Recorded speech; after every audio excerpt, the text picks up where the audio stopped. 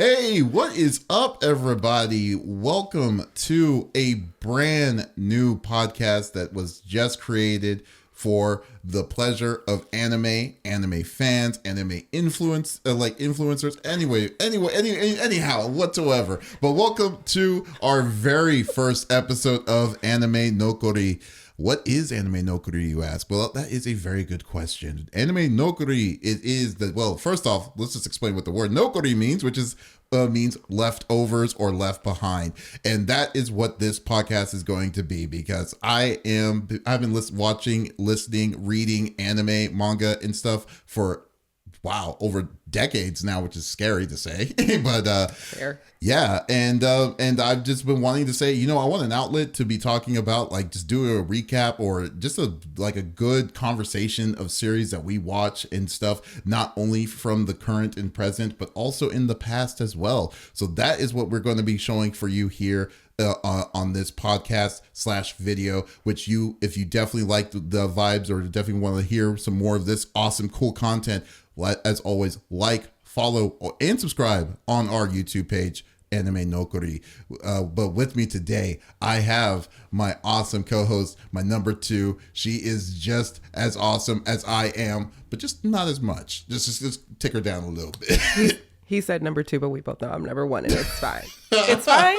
It's fine. We'll let him have his ego. Yes. Yes, that's all I have in this world. There you go. And you guys didn't know you're going to get a little Japanese lesson. So. Yes. Oh, that's a good point. There you go. But I'd like to welcome Tiffany. Hello. AKA Tiffany Senpai. Thank you very much. Hello. How you doing? I'm good. It's a rainy day, but I know, right? We're still okay. It's actually surprising because it came out of nowhere. It did, yes. Yeah. It was, and it dropped right before I was going to take my dog for a walk. Really? I was suiting her up in her harness, tail wagging, and then we hear a commotion outside, and we just look, and it's just a sheet of rain. I'm like, okay, well, we are going to be playing in the house. That is funny. It's like that. You know what's funny though too? Well, to me, I did a 10 mile this morning, and I woke up at 5 in the morning. Did a 10 mile. I'm sorry. Are you jealous of this? I'm not jealous to have done a 10-mile walk, run. No, none of that. Oh, I love it. Dude. Oh, I'm sorry I didn't get to do a 10-mile run today. It is a great feeling outside when you're just walking and you're just chilling. You're listening to your podcast. I don't and subscribe stuff. to this. Oh, whatever. Subscribe to the podcast, not to that nonsense. Okay, fine. But yes, but anyways, but as always, like I said, our topics are for the show is going to be always about a topic of a series that we decide to choose. What we do is that we watch the whole series and we want to talk back and forth about it, and because there's some things that she's going to offer to me and vice versa. And we're just gonna have a good shoot it up and see if we like it or not. Shoot it up. Oh, whatever. You know what I mean. Well, so the series that we're wanting to do you totally wiped me off right now. Yeah, the series that we were wanting to do is going to be Gachiakuta. It's because now this was a series that was chosen that she suggested to me. I did pick this one. Yeah, which I was actually surprised because I was like, I had no interest of it because to be honest with you, I just watched I saw the first part of it and I'm like, this doesn't seem like something that I would be interested in. And when you said something, I was like, okay, I guess I'll give it a shot and see how this is going to be. And so I'll take your thank you now. Yeah. Oh, yeah. Well, we'll see what I think. But I don't even care, guys. I love it so much. He cannot burst my bubble. It's impossible. No way. Okay. I don't think so. All right. Well, okay. Well, let's get we'll get to it and we'll see. We'll do our discussion of Gachiakuta. So what is Gachiakuta? Well, the quick synopsis of Gachiakuta. And by the way, before we get into this is a spoiler podcast itself. So if you have not seen this series, do not go at this point when we go into the straight up discussions. But if you definitely are interested in checking this out, like I said, just subscribe to us and then follow us and go from there, man. I will also say that we will only be talking about the anime, not the manga. So you don't have to worry about us spoiling the manga for you, but also B, keep all of your manga spoilers out of the comment section, or at least tag it, because I'm also an anime only, and I don't need to know all the things. I don't need y'all to be like the JJK and the Demon Slayer fan bases that are just like, oh, did you know that such and such and such dies at the end of this? I'm like, all right, nope, didn't even know. But you know what's funny? That's what happened to me with, well, no, not Demon Slayer, but the Demon Slayer people, because like I forced myself to read. I didn't force myself, but I wanted to read it because I knew there's gonna be people out there that's gonna be like, here we go. Absurd. And I think that the Venn diagram of Demon Slayer fans and Chainsaw Man fans is a circle because they cannot help themselves with all the Makima spoilers.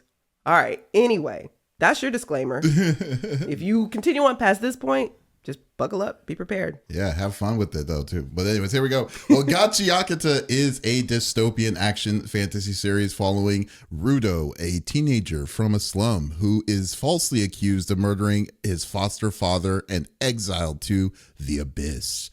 A hellish, polluted wasteland where the elite dump their trash. Instead of dying, Rudo survives by joining the Cleaners, a group that uses special tools called Jinkies? I don't know what it's called. Jinkies? I forgot. This is the first time I've heard that. Yeah. They had a name. I just can't remember what it was called. Yeah, to battle the monsters, monsters made of trash, seeking vengeance against the society that framed him. And so basically, I've never heard the Japanese word for vital instruments is what that's the they call it that's what the official English dubbed version is Vital Instruments. Wow. But I think that goes in reference to a Japanese all my word. Gachiakuta credibility just flew out the window. I swear I watched it, guys. I am now the Gachiakuta connoisseur. I am the expert. You can tell he liked it since he paid attention. I always do. You also just read it, but I do. I am reading it. It's a pain to find, but it is. But I am finding it slowly but surely. But this series was made. I believe it was opened originally back in 2022 on Shonen Jump, and it was made by Kei Urana, and so I don't know her. I don't know if she has her previous work itself. So it's really cool. She fell in love with, I believe it was Soul Eater. So she fell in love with Soul Eater, the animation style. She loved it. She ended up later on, this is when she was a kid, she ended up later on working with that mangaka on his Fire Force anime. So that's why if you look at Gachiakuta, you can see so much of the inspiration from Fire Force, like the art style and different tropes. It's because she was actually one of the assistants that worked on it with him. Oh, really? So yeah, and he is nothing but praise for her for Gachiakuta. So she's been in the game. So okay. So this is basically this is her first standalone. That's basically her own brainchild. Yes. That's now gotten this big from it. Yeah. That's cool. It's very cool, especially to like see somebody you admire and then be working beside them. Oh, no doubt. Not beside, but working with for whatever. And then to go and have your he is not. I will not be silenced. No, I'm just kidding. No, continue. No, I think it's really cool. Did you ever have somebody who do you like idolize in your craft? Do I idolize in my craft? Oh, you don't have any. Man, you just like I'm at the top. I don't have anybody. I am pretty awesome, so that is pretty hard to say. I mean, that list is pretty limited. I just feel like if, for instance, I do voice acting. If I were to do like training with Steve Bloom, the voice of Spike Spiegel, and then like come up under him and then have some type of something where I get to work with him or he endorses like a project I do later, that'd be amazing. For her to like have her own thing and have her mentor be the dude that she idolized this whole time. I will say this though, it is pretty interesting that when she saw Soul Eater as a kid, then she gets into the chance to go with the person that she was like, wow, this was the show that I was watching when I was a child. To your point. Yeah, I totally understand it. Yeah, I don't know how you can sound crazy. I don't know. I don't mean to do it. It's just easy. Gaslight me this early in the podcast? No, I totally understand though. I mean, it's a real cool, like really rare for that to happen in situations like that. So no, it's really awesome. And if Fire Force is an awesome series in itself, so I can easily imagine. But like, so overall, what do you think of, I guess I'll put it to you, like, Gachiakuta overall. So, Gachiakuta was going to be my number one anime of the year. The year it came out. I think I would give it a 9 out of 10, maybe 8.5 out of 10. The very first episode, I started it and I was like, this is hot garbage. This is the word. All they do is like, one of my pet peeves is useless, unimportant exposition just for the sake of like telling and not showing. So one of the characters is like, oh, don't bully him because, we grew up in the slums where nobody respects the way that we are and we're criminals and we have to fight for everything. And it's like, you grew up next to this person for your entire life. Why are you telling her all this? Like, Right. You don't need to say all this. So the whole thing was full of needless exposition. And it was so bad that I did not watch it for the next like 3 weeks. Really? I was just like, was that far back? Like, oh, yeah. That first episode made you not? I was going to. And usually I believe in the 3 episode rule. But I was like, I'm not about to sit through this. I have way too many other shows to watch. I'm not doing this. So 3 weeks pass. More people are talking about it. And they're just like, you just got to get through it. And I'm like, I don't want to I did the get through it thing with One Piece. And now I'm addicted. On. I don't want to. There's just. That's an extreme, though, when you're going to say One Piece. That's true. And I didn't have it in me. But eventually somebody talked me into it. I pushed on. Second episode got exponentially better. Mm-hmm. Third episode, I was all in. I think that show is phenomenal. See, the increase itself, like 3 episodes, if you did do the 3 episode rule, that would not have been a problem at that point. That's true. Yeah, no, I see your point because at the very beginning, like I said, I had no interest in this series. Like, I didn't have any interest in this series. The only reason why I'm watching the series now was because of you. But yeah, but like overall, it has a really, it does, that first episode is really crucial. I guess it's weird because I also am a very big believer of the three episode rule, but for some reason, like this first episode just made me just say, okay, whatever. I didn't really care at all for what it was. Then the world building of it, of like, what is happening, kind of happened a little bit further, but a little bit faster enough to be like, okay, here we go. This is picking up a little bit. That's making me interested in wanting to know these characters. Am I a fan of Rudo? I'm still on the fence on that right now, but he's not like a Shinji to me. So like, I just can't say that. Shinji from Evangelion? Yeah, I can't. I hate Shinji. I can't stand interesting. Shinji. Shinji was just so, oh God. Anyways, yeah, it's it's just decades of hatred. I don't think that they are even comparable. No, they're not. Well, you just mean your actual feelings. The protagonist, for you to like, when the series focuses on the protagonist a lot, and then there'll be like, okay, either this guy is really super broken or something that they want you to care about. Yeah. Shinji, that whole time was like just crying. Yeah, the whole damn time. Sure. And then I was just like, this is just, you can only do so much of this for the longest of time, All right. Yeah. So that, and he's not that, it's hard to like Shinji, let's say that, long story short. But Rudo isn't not that yet. Although he does frustrate me a little bit because I am understanding where he's coming from on the fact that he doesn't know how to set his emotions correctly because he was always told to not to hold it back, smile, not retaliate and stuff. I understand where that is coming from. However, is just the execution of it in that story and just like, everything that's happening around him is like the moves, some of the decisions that you're doing in this, it just makes it kind of frustrating to be like, why are you having a hard time with it? Like this much of a hard time of this, I guess, okay, fine. Yes.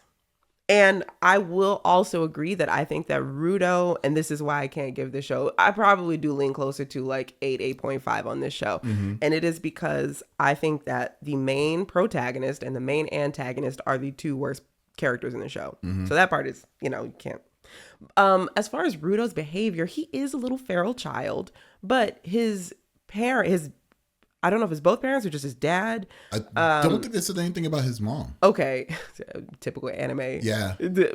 She probably had a side ponytail. You know those side ponytails. Every Yes. side ponytail mother gets offed, either off screen before it even starts or on screen. That's the hairstyle of death. But one of his parents, probably his dad, got accused of like murder.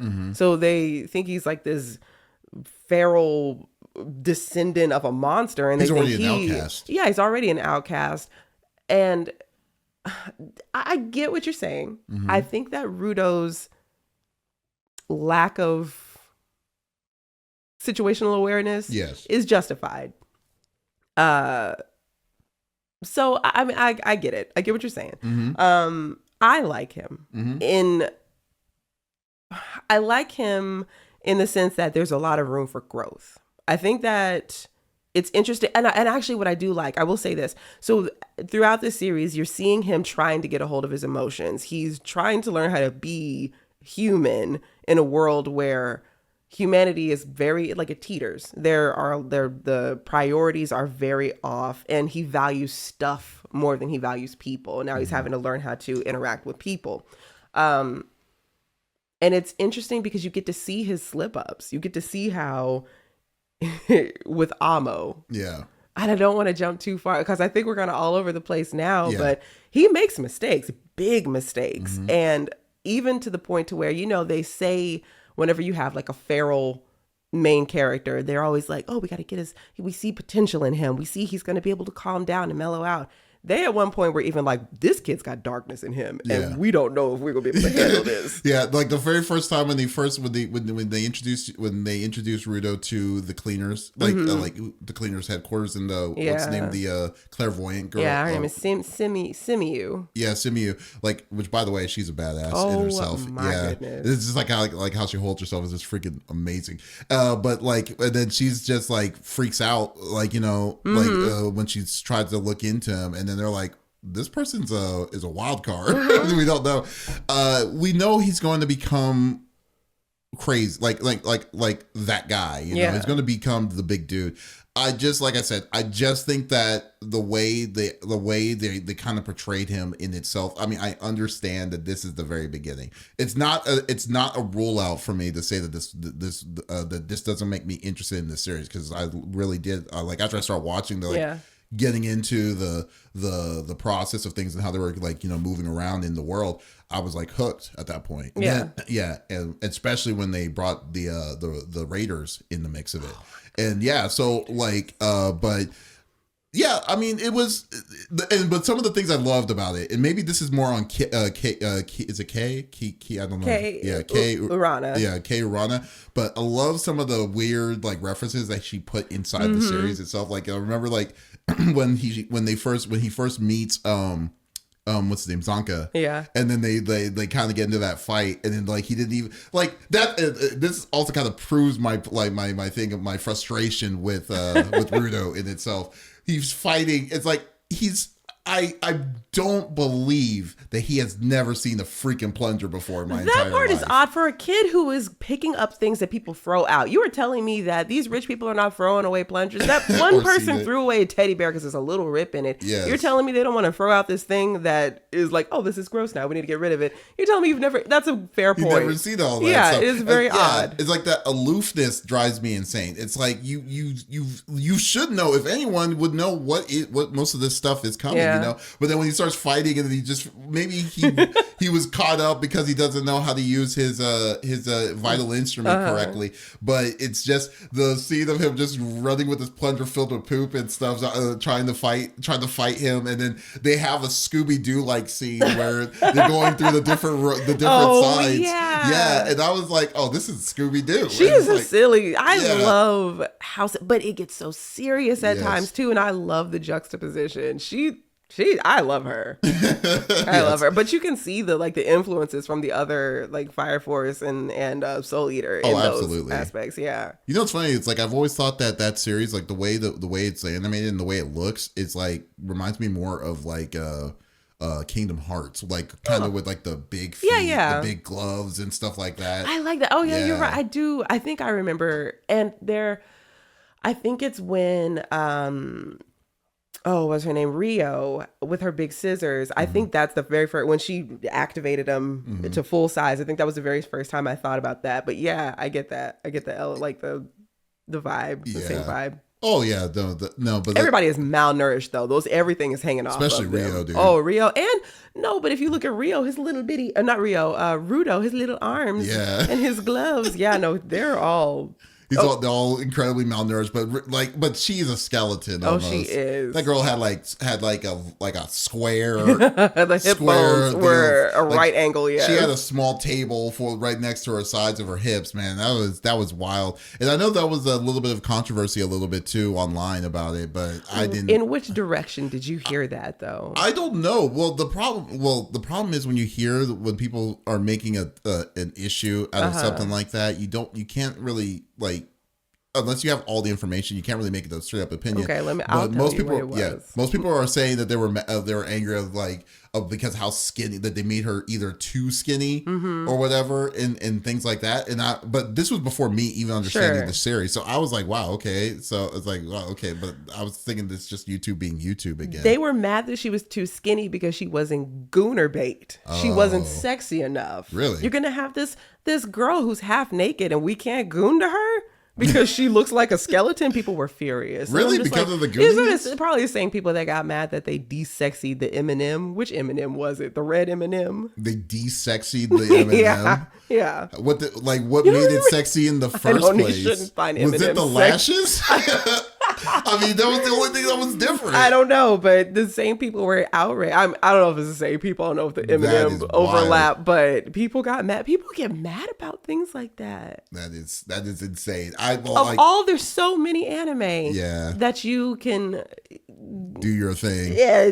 Pretty sure you're not hurting for material. I know, right? Although the girls got to eat though, because we got engine, and that is lovely. It's very true. Appreciate that. They can goon over this Grenadier apparently. I don't know. My goodness gracious.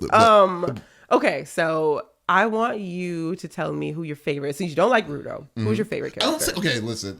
I am coming strong on Rudo. Just saying. Rudo's not my favorite, but I'm not saying I don't hate. It's not like I hate him. Man, there's so many good characters. Let me see. I think one of the, you know what's weird? I don't usually deal with a lot of antagonists. You don't like antagonists? No. I mean, like saying the best characters in the really? series. You gravitate towards protagonists. Well, I mean, I think I criticize protagonists a lot more than I do with the antagonists, because antagonists have more to work with than the protagonists do. Because good guys have a box that they always have to go with, that they always have to go through. Yeah. So but if you have a bad guy just being a bad guy or being a generic bad guy, you don't usually. It's either they come and go. So, but I think in this one. I think Jabber is probably one of my favorites in this right now, because I know that's probably on your top 5, right? I was saying top 2. I love Jabber. Oh, Jabber. He might be my favorite. Yeah, Jabber. Okay, Jabber is is one of the rebels, like henchmen. I won't even call him. Well, yeah, he's a henchman. He is, yeah. He's a henchman that for the main antagonist, which was what's his name? Arca Corvus was the main. Corvus, yeah. But I have thoughts about Corvus later. Actually. Yeah, Zodal. That's his name. Zodal Typhon. But he's just clinically insane. This guy, all he cares about is that he wants to he just wants to have fun, and then his poison isn't like killing. The poison doesn't kill, but it neutralizes and stuff. So Jabber. Jabber is a masochist. Masochist is when you like the pain, or is it the sadist? Which one is it? Masochist is liking the pain. Okay, so Jabber is a sociopathic masochist. His whole raison d'etre for being with not the cleaners, but the the raiders. The raiders is because he gets to fight. He gets to get beat up, and his rewards whenever he does a good job is that the head raider Zodal will beat him up more. And he's like, oh, I hope we get to play more. Yes. And everybody's creeped out by it, but I love it so much. And he uses poisons. So if you ever watch Apothecary Diary, I feel like he and Mao Mao would get along really well. Why? Because she just purposely Because she loves poisoned. to just... Yes, they would just go back and forth trading poison recipes all day.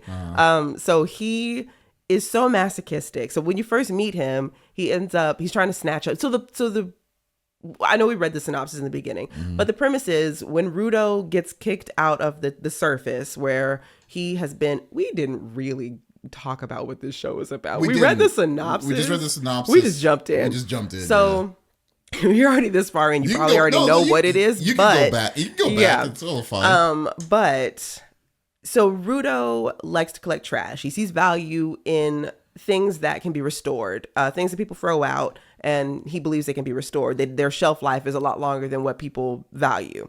So he'll steal stuff from the rich people, the haves, and he'll take it back to the have-nots. He'll repurpose it. I think he does try to sell it sometimes, but I think he likes to keep them. So he gets accused of murder. Of course, they have no problem accusing him because he comes from a lineage of murderers, supposedly. And they kick him down into this pit where they think that people just go and die. But it turns out there's like a whole civilization down there. Where is that going with this?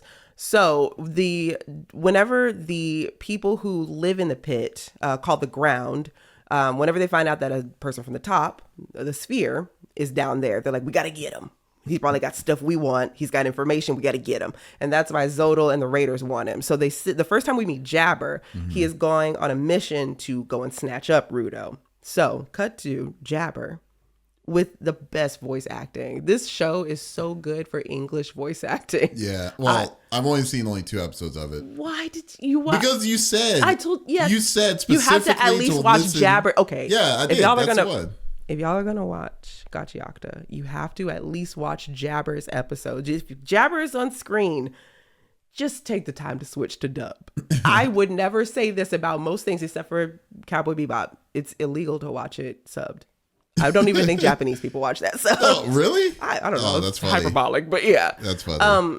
Jabber's voice actor is Zeno Robinson, and he does such a phenomenal job. And one of the best things about the show is how grounded the slang is. The dialogue is, it actually feels genuine and authentic. So we meet him. He fights Rudo. He fights Zonka first, beats his ass real bad. Poor baby. Fights Rudo. Rudo's kind of giving him a what for, and he's like into it. And then he goes to handicap himself, and he's got these poison claws. Yes. And he like stabs himself with these poison claws because it gives him a boost. It's almost like that scene in Pulp Fiction where she shoots him up with the epinephrine. Is that what it is? The adrenaline, whatever it was. And he's just, it's so much fun. But yes, my baby is a masochist, and he's the best. He's a little psychotic, light skin. And what's crazy is that right now, I think he's the strongest person in the whole fight, in the whole thing. So too. Because he's doing something that no one I've seen yet is able to do, which was evolve their vital instrument. Yeah. And I think that's like, okay, so we know that he's going to be getting to a tier. So I was like, okay, so clearly there's another tier that these people are going to be unlocking here soon, but just that somebody else did evolve. The hair lady did kind of go for God of Thunder at one point. Well, she just did. So the limiter was, I believe, correct me if I'm wrong, the limiter was that she was able to contain herself with her hair with the metal comb. But when she decides to just go all out, she just went berserk. Okay, no, you're right. It wasn't a mode itself. You're right. It was just her just like, okay, no, we're just turning off all of it. We're just doing it all in. You're right. She just overloaded the mainframe is what she did. Exactly. She basically overloaded the mainframe. So like I said, I mean, Jabber was definitely my number one. I mean, he's your number one. There's no doubts about it. No, I don't like him that much. No, just a smidge. I hate him.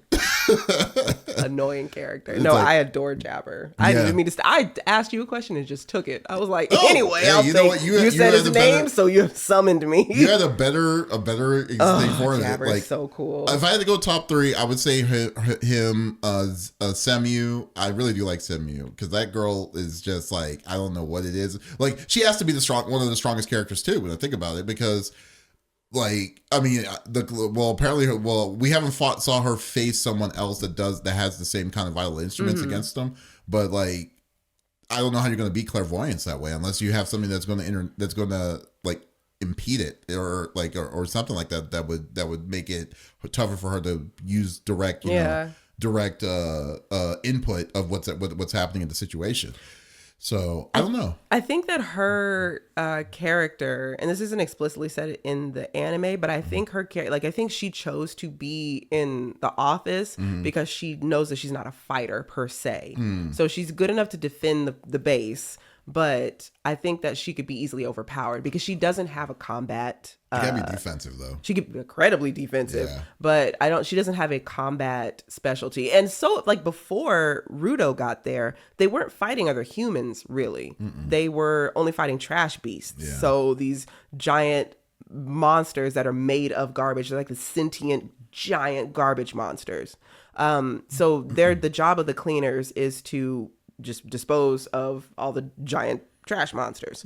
But Simiyu doesn't have a power that would help with that. And I don't know, I think that the sheer size would keep her from being able to. I think one aspect of the cleaners was to obviously clean the trash monsters, but then also one of their known enemies are the raiders, and that's one thing. And they've even said that all raiders have powers, so true. They also know defensively. So maybe in her aspect of fighting trash monsters, no, but it's just going to be someone but they're fighting people that are going to be direct raiders. I don't know. She might be showing her full on cards and stuff. And there's so many questions that really makes me wonder, like the especially what they were saying, like what the next mission was that they were wanting to look after was the little bracelet thing that they have. They have like these collars that they can transmit or they can speak to each other. They're like little radios, but you can only hear other people with the collar, and they're like activated by blood. So whoever, if your blood is, I guess, soaked into that collar, then you can communicate with the other person. And then Corvus though too, Corvus is like, we don't know, I feel like he's going to be the bad guy. I really do. I feel like Corvus is going to be the bad guy. I think Corvus is the bad guy too. Yes. It's so crazy, but I just like his demeanor now because he's just nice, cool, and chill and stuff. But I don't know. There's so many good characters around than just Rudo. Because I also like Team Child, except for the guy.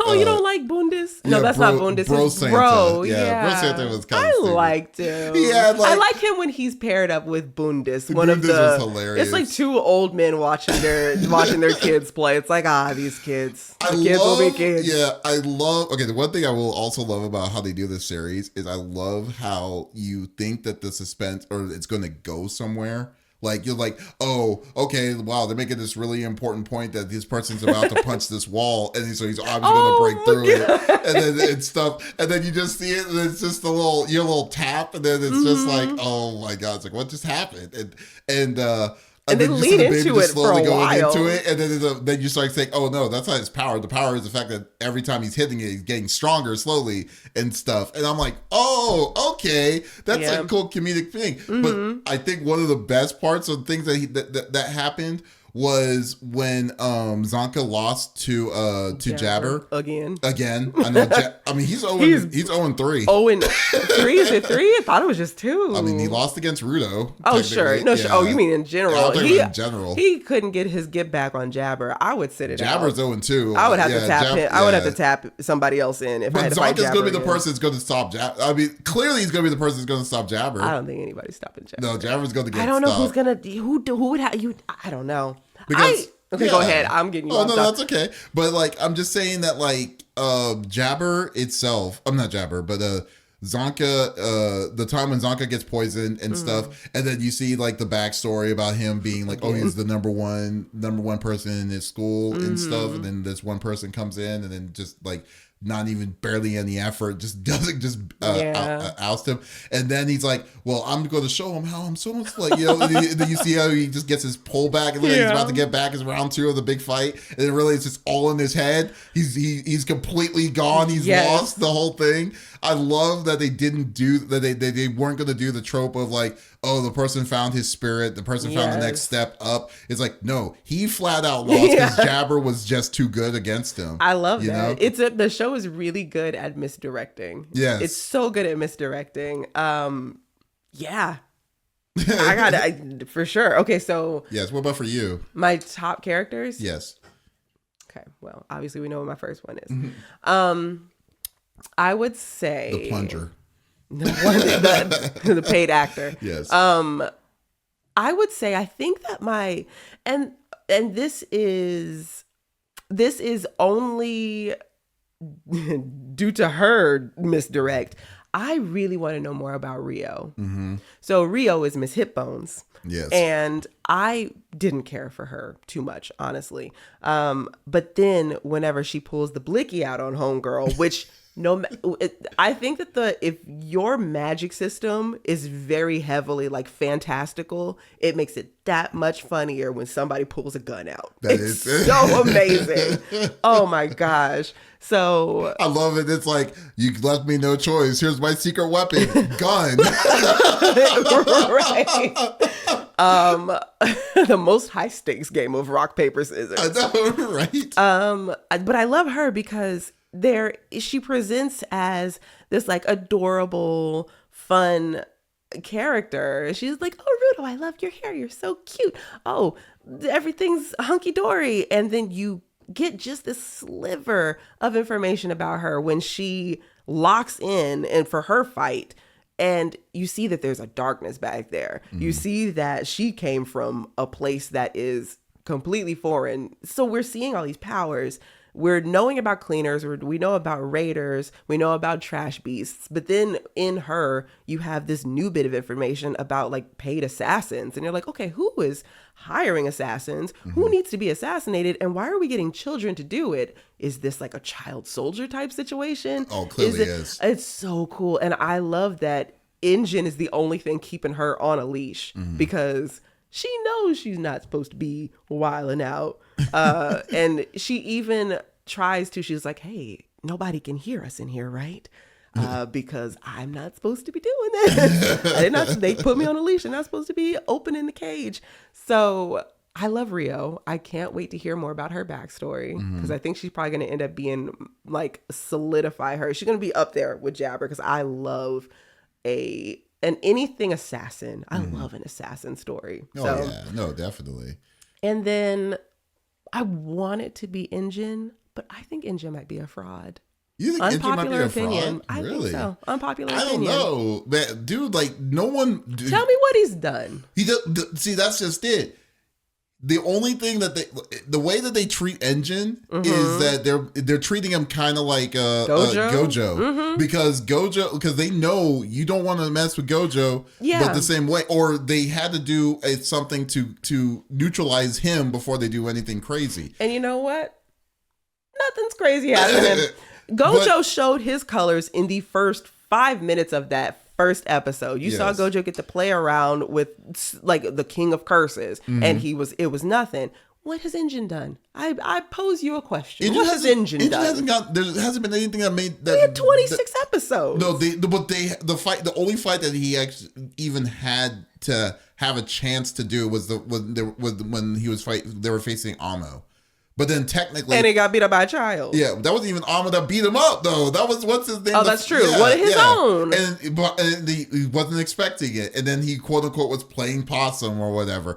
But I'm just saying that, like, the fight... And then the fight where there was, like, I think that was the dumbest part, was the one that's like, oh, please attack me first. And then that guy, I forgot his name. The guy on the Raiders. Yeah. I don't know his name. Yeah. I do think he's going to be... I think he's going to end up joining the Cleaners because he needs somebody to tell him what to do. But like that whole thing between him and Engine, like I think that was a cop out personally, towards all that. But there's nothing besides the last thing when they had to go fight to take out the core. And then they had to face what's his name? Brundis, I believe. Bundis, yeah. Bundis or something. Yeah, so like that was probably the closest thing that he could have done, but nothing could have nothing happened. Everybody else has got skin in the game. Everybody else has shown some type of... Zonka's been knocked out 2 or 3 times. Zonka, we already know, is the weakest link. Okay, and yet, we all know that. I don't agree with that, but I will say that I haven't seen Engine do anything. But Engine... He has beat up 1 trash beast. I'm not saying... And that is it. I'm not... Well... 2, I think, maybe. No, he beat like he beat like 6 of them. Remember, to save Rudo was like... Yeah, the first one. He beat the first one. Yeah. And then they went on a mission later, and he and Rio and they all like, whatever. Okay. But those are trash beasts. Those are like... Yeah, they're like the bottom of the bottom barrel. Yeah, but Injun doesn't have anything to prove himself yet. I mean, I understand why you would say that he's on fraud not up there. watch. Yeah, he's on fraud. He's on fraud watch. He's That's on a fraud good way to watch. describe it. You're right. That would be funny if like you're right. He's useless. He loses against like not even the main dude or whatnot. Who knows? But even Simu kind of called him out whenever he finally got through to her with the transmission. And he was like, things going down out here. And she was like, are you even being helpful, Injun? Are you doing anything to help? So she even has him on fraud watch. That's freaking the hilarious. Clairvoyancy is like, she's like, I can see through you and your uselessness. It's like you're not. It's like, why are you here? He's just a recruiter. He is just HR. He's just a recruiter. Is all. Maybe he's good. Maybe leader. he might be. He might show himself in the season. I would hope so. We can't keep this man on a pedestal without seeing the steps that get to the top of the pedestal. That is true. But I'm not putting him at the top. I'm just putting him on the point that I think he is very important. Because look at it this way. He also introduced Riho to the cleaners. Mm-hmm. So he also did Zonka too. And Zonka, and then and I don't know why he did it with Zonka. Not saying not throwing shade at Zonka. I feel like you have deep not throwing thoughts shade about at Zonka. Well, I don't know. See, this is Zonka reminds me of, oddly enough, like reminds me of like a push of Gohan in a way in Dragon Ball. Like he needs someone to push him to get to that situation. I see. He's like untapped potential, exactly. and somebody needs to tap it. He has untapped potential, and someone needs to tap it, and he needs to have motivation to do it. The motivation for Zonka to be successful is Engine. Sure. And I'm just saying that and he is worried about disappointing him because of all the stuff that they have had with their history and stuff. Yeah. So I mean, that Zonka is it's just that the fact is that this wasn't his game, and the first season was not him. It was just him showing how weak he was comparatively. I think that I don't know if I agree with this. Only reason why is because I remember who my third favorite character is. I'll tell you in a second. Only reason why is it's almost as if, and I'm so sorry I keep bringing other anime into this, but it's almost like Jogo in JJK. Jogo is very strong. He's the volcano head guy. Yeah. Very strong, but you never get to actually find out because the only two fights Jogo is in is against Sukuna and Gojo, the two strongest people in the verse. If he had fought Yuji or Megumi or any of those other people, he would have been unstoppable. But you don't get to see them fight. So, and I'm thinking, like, Zonka's gone up against Jabber, who you just said is one of the strongest, if not the strongest in there. Yeah. He got up against him twice. That's not fair. And the only other person they did go against that wasn't Jabber was Amo. And he and my actual third favorite character fought Amo and took care of her. Oh, the dude with the I love him. I don't even know his name, and I love him. His voice in Japanese and English is phenomenal. Do you know who did the English voice? I don't know. I'll find either one of them. Yeah, but he hasn't even been. I have a thing for. I have a bad habit of favoriting characters who have been in 12 seconds of a show. My favorite character in One Piece was in the show for exactly 3 episodes. Who's and that? Corazon. My baby Corazon. Oh, Corazon, the leading reason of the whole thing that happened on what's it called? Yep. I don't care. I don't care. But yeah, I don't even know his name. What is his name if you're looking him up? Tamsy, that's his name. Tamsy Canes. I love Tamsy. He has his vital instrument is like a spool of thread. And I love him. He's just very nonchalant and he's very like so Zonka is like pompous in his level of he's almost regal, but in a very pompous way. Tamsy is regal, but in this very down-to-earth way. Yeah. He's very put together, and I love him. He's very calm. I love a calm. Or mellow. He's very mellow. It's probably the best way to describe it. But still so much person. I love him. Yes. And he hasn't been in it that much, and I need more of him. Oh, also, I like his scarring, too, in his hair. He just looks cool. You just like him, period. You're like, yeah, you also like his feet. His hands are good. Whoa, chill. Like the way you're just going to the not abs, a feet person. The way you are just going straight up is just like just the I whole like points. I'm a fan. Oh god. So was there an episode or was there something that kind of stuck out in the series that you watched? That series that was like wow, that's kind of effed up. Oh, effed up? Yeah. Is that what you said? Yes. So I think it was both the most effed up. You're so polite. We could say, I guess we could, but yeah. I think the most like traumatizing episode was probably the best episode in the whole series. It is agree. the Amo episode. I think that the fact that that the mangaka was able to depict something as bad as child abuse, child SA from someone as important as your parent, your mother, selling you to a man whose sole purpose was to abuse you and brainwash you into thinking that version of abuse is love.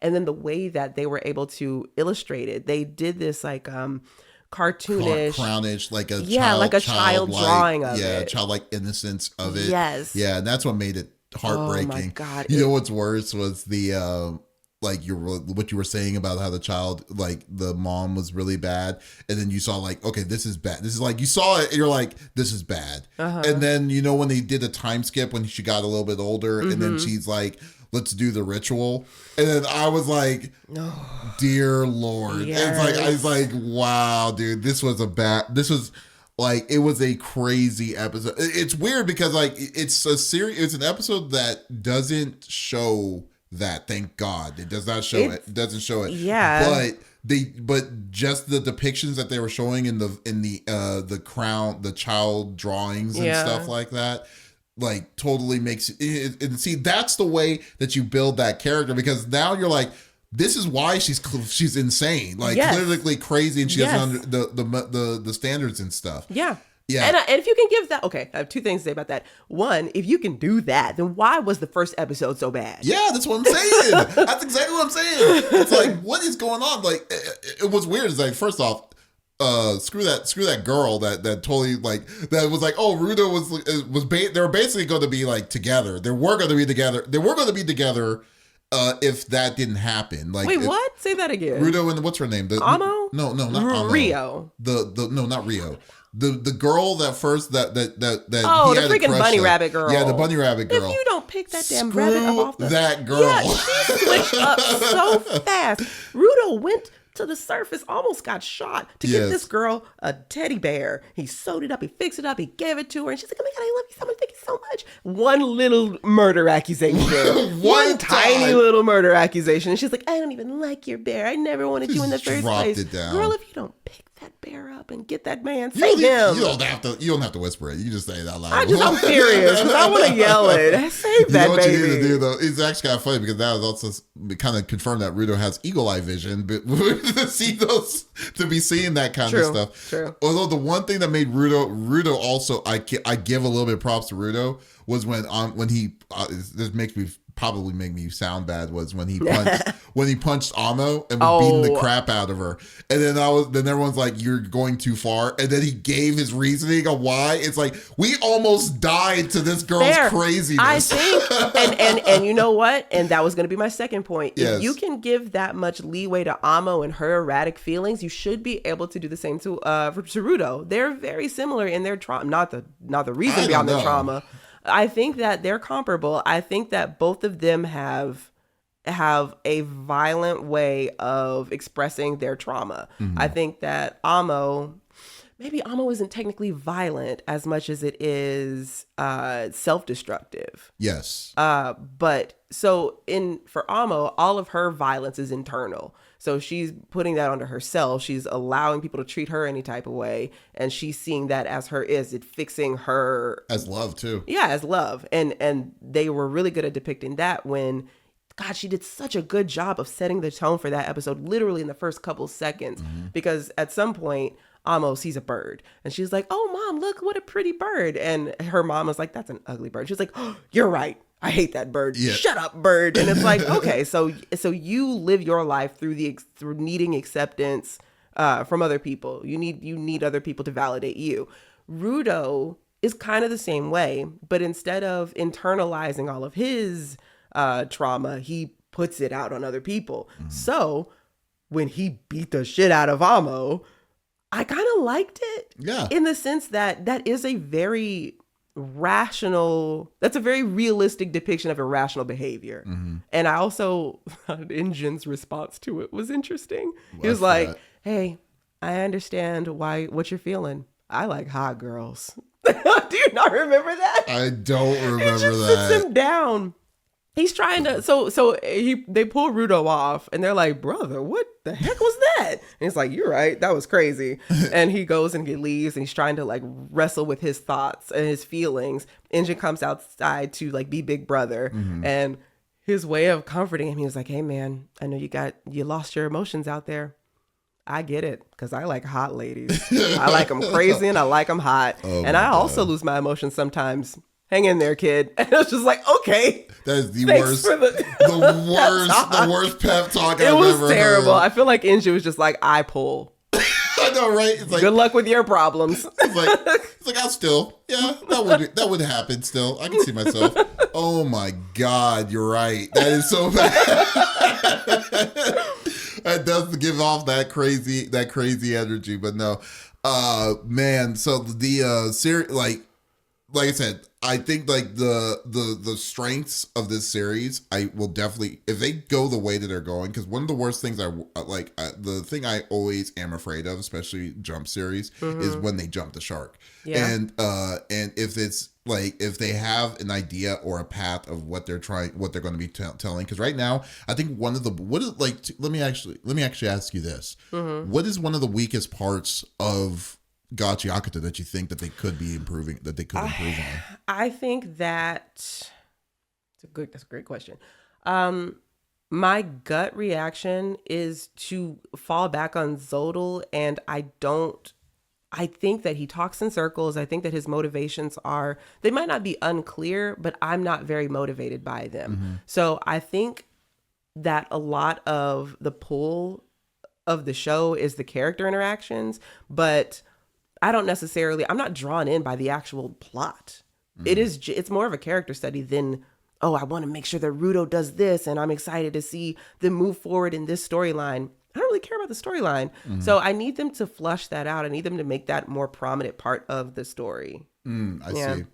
Because I mean, I totally understand where you're coming from on that, because you're right. Because I think the big thing that makes this series so good is how good the characters are. Yeah.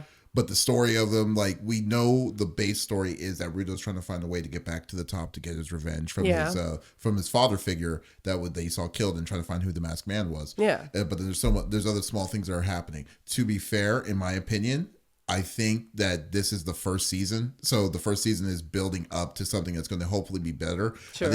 I think if Zodal is going to be the main protagonist or antagonist of this, which I don't think it's going to be. So? I don't think it's going to be. I think what's going to happen is going to be a twist, because I think in a way that there's going to be a part where they're going to have to work together somehow. There's some reason, because I can see the Raiders' point of view. The Raiders' point of view is just is the survival, as well as, of seeing where it's going to go. Yeah. And I think the thing that makes me think that is the conversation that they had with Boondis, or what's his name? Boondis. I can never get his name right. With Boondis, because Boondis didn't care, like, initially, because at first he was an apprentice. He wasn't a part of it, but at the same time, though, he was reasonable of like what they're doing, and he gave information like it was nothing.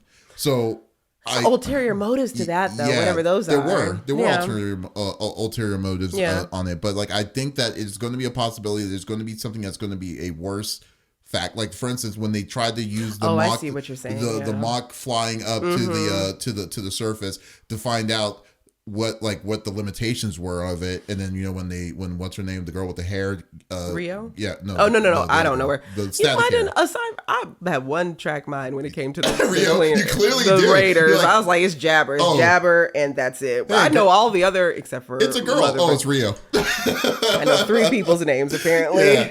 Yeah. Like, you should watch the show. I'm obsessed. Don't ask me any character names. Don't tell me the names of this. This Rudo, and that's it. I'm just kidding. But no. So but. Blonde electric Pikachu lady. Yeah, electric Pikachu lady. There you go.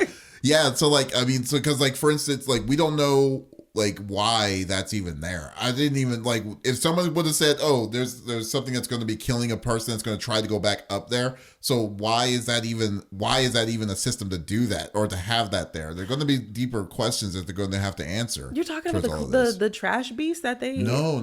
Okay, so you remember in the trash beast when they were going up into the sky? Yeah. And then Rudo accidentally shot a hole and then caused that lady to go outside of the thing. And she's literally in that mid space between between the ground and the air. Then you remember she saw that guy. There was a giant body figure that was holding something up, but you didn't know because it didn't have a face. All you saw was a torso. It's like that itself. Yeah. Okay. So you got to figure all that out. So you're saying the main baddie is the angel who kind of corroborated whatever this is. There definitely something or someone is putting things in place, and this is why I think it's Corvus. I think Corvus. You're right. Yeah, I think it's Corvus. I think Corvus is behind Rudo's dad's death. I think he was in the audience whenever they were shooting him off into the down into the pit. I think Corvus is, and we don't know what his vital instrument is. He doesn't want to communicate with anyone else via the collars.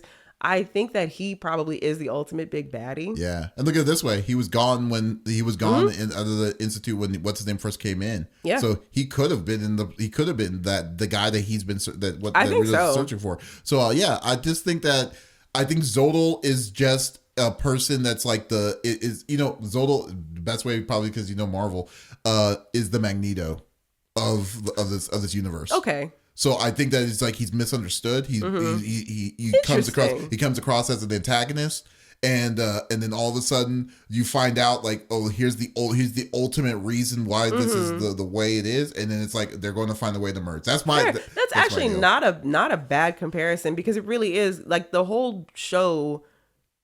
It comes back to a lot of the oppression of like the rich and how they keep the people who have less like down. So on the surface, it's like this elite class of people up top who have all the money, all the resources, and they're throwing all their trash or their scraps to wherever Rudo came from on the sphere. And then even beyond that, you have all of the people from that part of like the slums on the sphere throwing all their trash into the pit.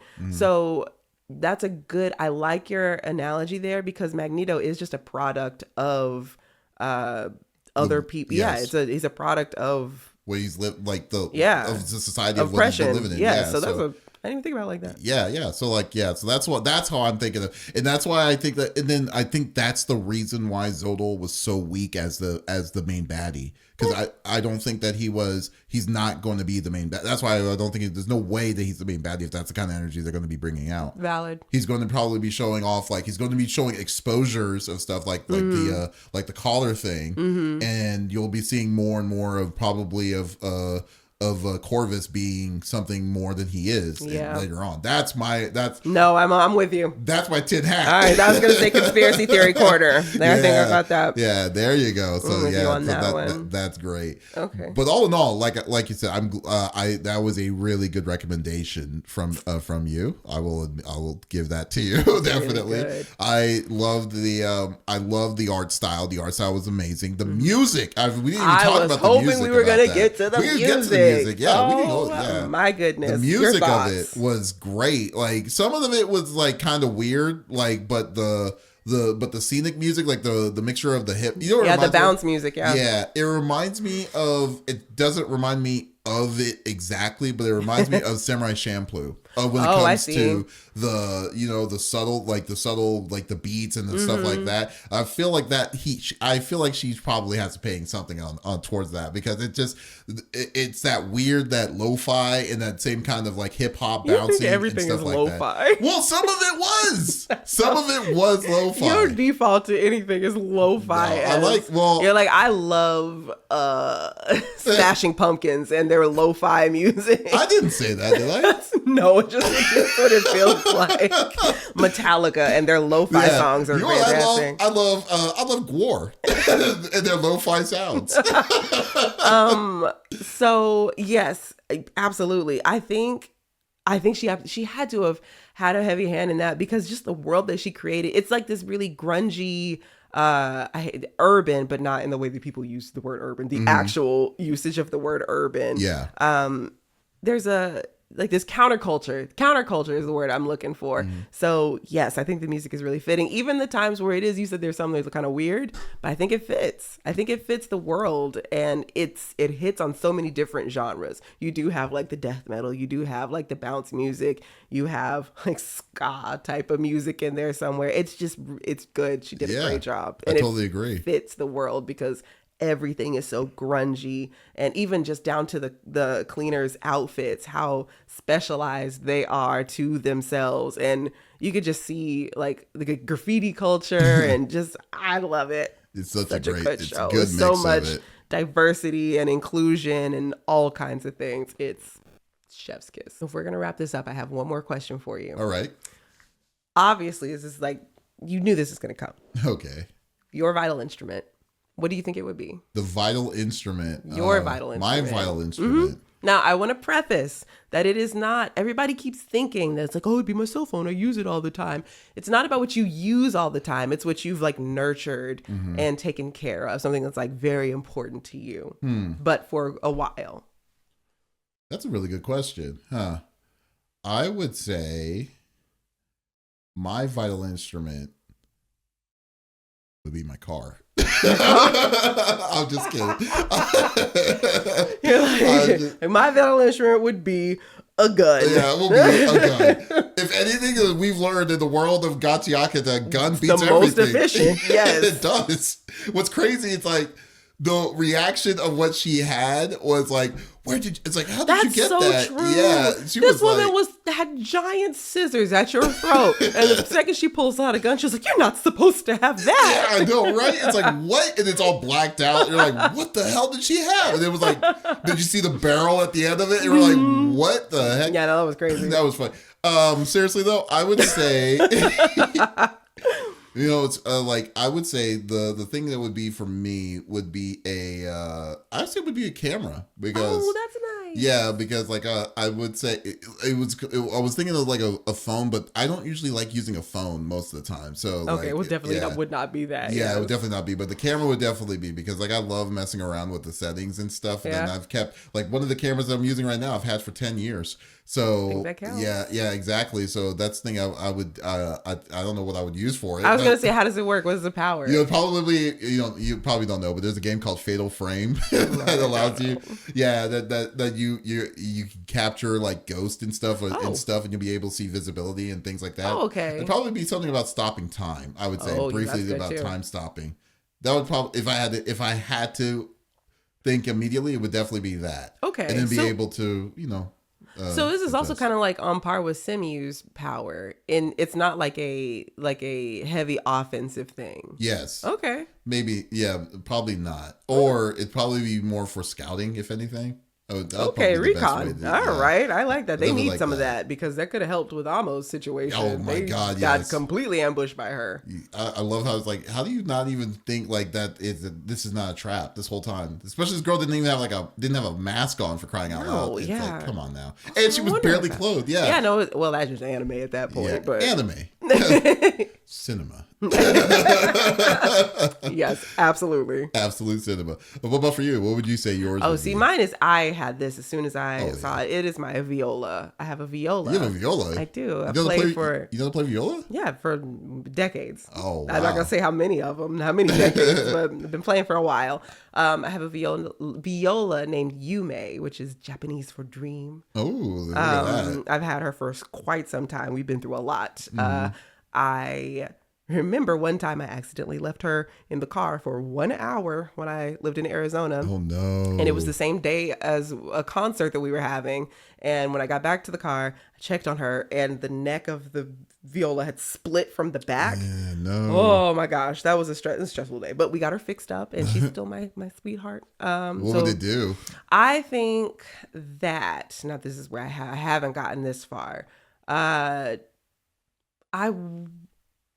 think that I would use her to debilitate people, maybe like disorient people, with sound. Sound note, like Yeah, I sound, think so. kind of like the Village of Sound, kind of like disruptions and Yeah, stuff. I guess so. Burst in the eardrums. I think so. It's like, oh no, she's using her violin instrument. No, she's just regularly No, playing. she's just bad at it. She's just playing Just regularly real bad at her fine. viola.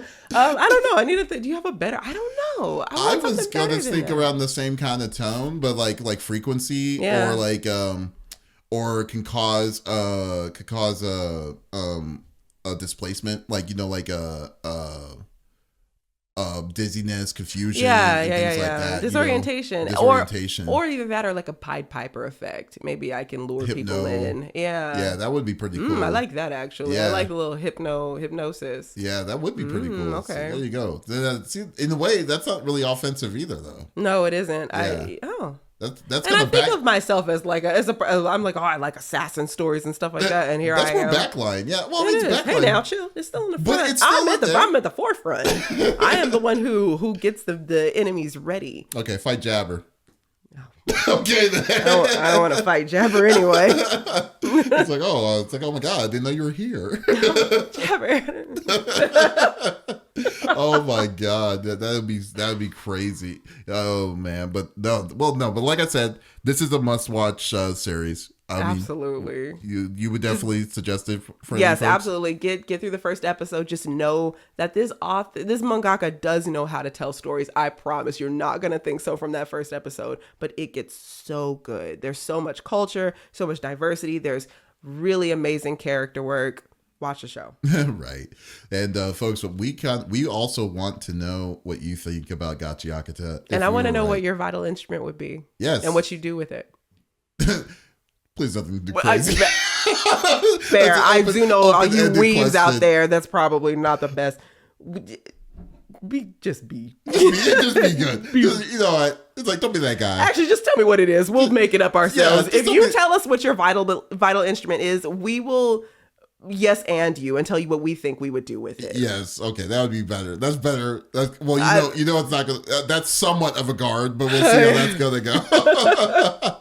Guys, but thank you so much for listening to our first episode of Anime Nokori. I hope you loved our discussion of this. We're going to be seeing a lot of different other cool discussions here in the near future. Also, hopefully in the near future as well, we're going to be asking you on what series that we should watch and we should review, or not review, but to talk about next. Yeah, just talk about And it. so we cover things that are going on currently and also things from the past. So dust off all those old mangas and old VHS tapes.